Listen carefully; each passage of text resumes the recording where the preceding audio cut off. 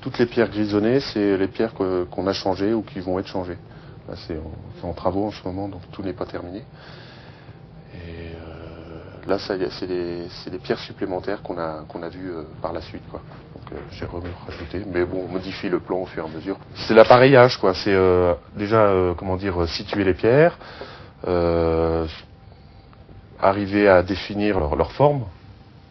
Donc on fait des croquis sur place, avec les cotes, avec toutes les informations nécessaires pour réaliser le gabarit. Donc c'est aussi, par exemple, avec un peigne, on va reprendre la forme de la moulure en place, avec son usure, comme ça on a quelque chose de précis. Vous voyez, donc ça va me permettre sur place, sur la pierre, de pouvoir reprendre précisément la moulure. Donc je la retrace sur mon calepin. On refait à l'échelle 1 la forme de la pierre. Donc il y a des panneaux, disons que souvent c'est le profil. Par exemple là c'est une corniche, donc c'est le profil de la corniche, c'est la coupe, quoi. Et elle fait différentes longueurs. Bon bah celle-ci elle fait 1,51 m, donc elle fait sur 1,51 m, on a cette moulure toute la profondeur. Donc on fait toute une liste de débit de toutes les pierres à couper. Le débiteur après va les débiter avec les blocs qui arrivent de carrière. Elles reviennent à l'atelier, taillent, et ensuite là elles sont taillées. Donc là ils sont en train de décharger les pierres qu'on a été choisir en carrière, puis à peu près une fois par mois ou tous les 2 mois pour choisir les blocs. En fait ils extraient différents blocs de différentes tailles, et puis après il y a des blocs de plus ou moins bonne qualité, donc il faut toujours aller chercher le bloc où il va pas y avoir trop de coquillages dans la savonnière par exemple, le bloc de ville qui va être fin. On va sonner les pierres, c'est-à-dire qu'on va prendre un petit marteau, et quand on va taper dessus, elle va résonner. Si on entend un bruit bien clair, il n'y a pas de fil. Mais il peut y avoir des défauts, il peut y avoir des fils, des fractures, dans certaines pierres des pots de terre, donc c'est-à-dire dans des sédimentations qui se sont mal faites. Et puis ça arrive que vous êtes en train de tailler la pierre, on l'a pas vu, paf, ça casse et c'est terminé, quoi. Il faut recommencer. Une fois que les blocs de carrière arrivent, donc comme ceci, l'appareilleur fournit au débiteur une liste de débit. Suivant les pierres qu'on a changées sur les différents bâtiments, on lui donne une liste avec les cotes capables de chaque pierre qu'on doit changer.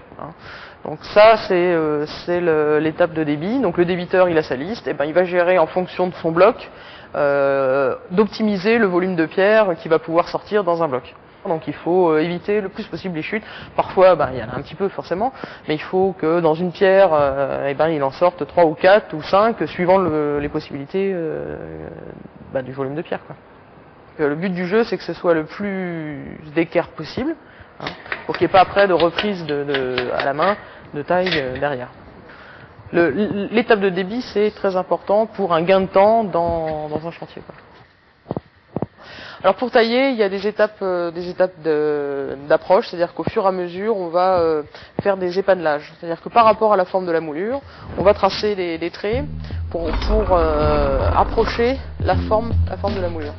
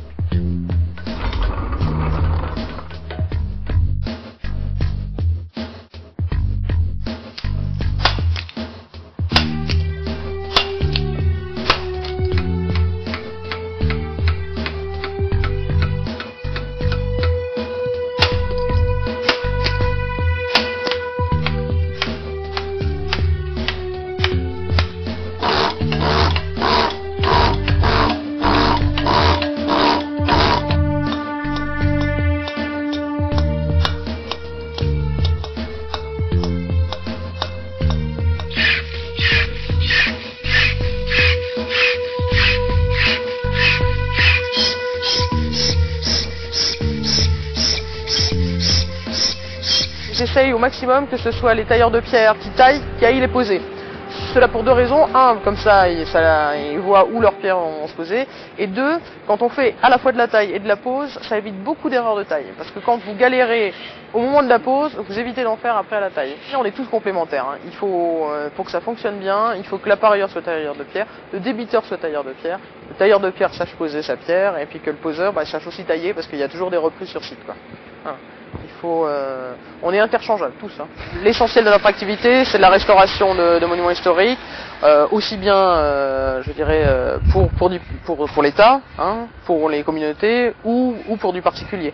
Mais c'est essentiellement notre activité, et on fait un petit peu aussi d'activités non patrimoniales. Ça nous arrive de faire de la création. Par exemple, si un particulier veut un escalier en pierre, qu'il a une idée précise, on travaille avec lui, on lui fait des dessins, on lui fait un projet, et à ce moment-là, ça nous arrive d'en réaliser. Là, on vient d'en faire un. La particularité du monument historique, c'est qu'il y a un architecte des monuments historiques qui nous dirige, hein, parce qu'on n'est pas tout seul dans cette activité.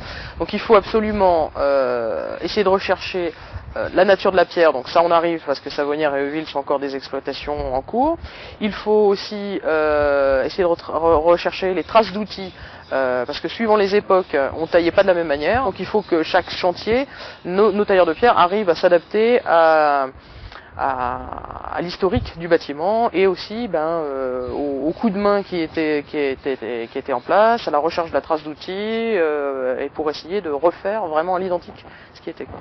Et il faut qu'une fois qu'on est parti, à la rigueur, on ne voit pas qu'on est passé sur le bâtiment. C'est pour ça que souvent, parfois même on effectue des nettoyages, et quand il y a des pierres qui sont changées, elles sont un petit peu plus neuves évidemment, et puis plus claires, on va faire des patines d'harmonisation pour qu'il y ait une unité d'ensemble sur tout le bâtiment.